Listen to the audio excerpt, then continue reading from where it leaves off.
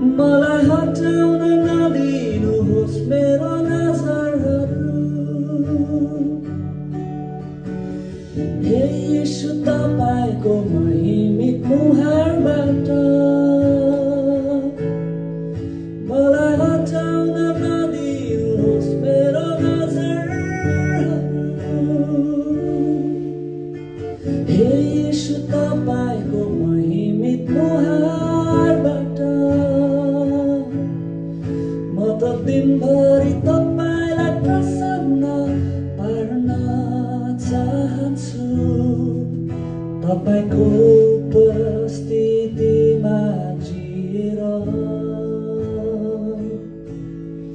म त दिनभरि तपाईलाई प्रसन्न पार्न चाहन्छु।